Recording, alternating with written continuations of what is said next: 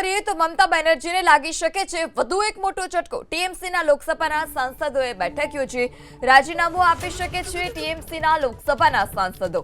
મમતા વિરોધી જૂથની સાથે 20 સાંસદો હોવાનો પણ દાવો। બેઠકમાં પ્રસૂન બેનર્જી, જગદીશ બસુનિયા ઉપસ્થિત રહ્યા। કાલીપાડા સોરેન, અરૂપ ચક્રવર્તી પણ બેઠકમાં હાજર। આ સાથે અબ તાહિર, અસીલ તલ, શર્મિલા સરકાર પણ બેઠકમાં હાજર। तो पश्चिम बंगाल में ममता बेनर्जी ने झटको। टीएमसी सांसद सुखेंदु शेखर रोयનું રાજીનામું। સુખેન્દુએ રાજ્યસભાના સભાપતિને રાજીનામું મોકલ્યું। ટીએમસીમાંથી પણ સુખેન્દુ શેખર રોયને રાજીનામું આપ્યું છે। રાજીનામું આપ્યા બાદ બોલ્યા, સુખેન્દુ શેખર ટીએમસીમાં બોલવા દેવામાં નથી આવતા। ભ્રષ્ટાચાર બોલતા તેઓને અલગ થવા માટે કહેવામાં આવે છે। ઇન્ડિયા ગઠબંધનનું કોઈ ભવિષ્ય નથી।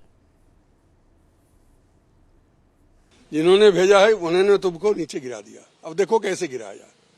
97% पोलिंग, 98% पोलिंग, और मैंने जो हिसाब दिया शुरू किया था 1952 9 सीटों से, और 75-78 साल में वो 208 हो गया।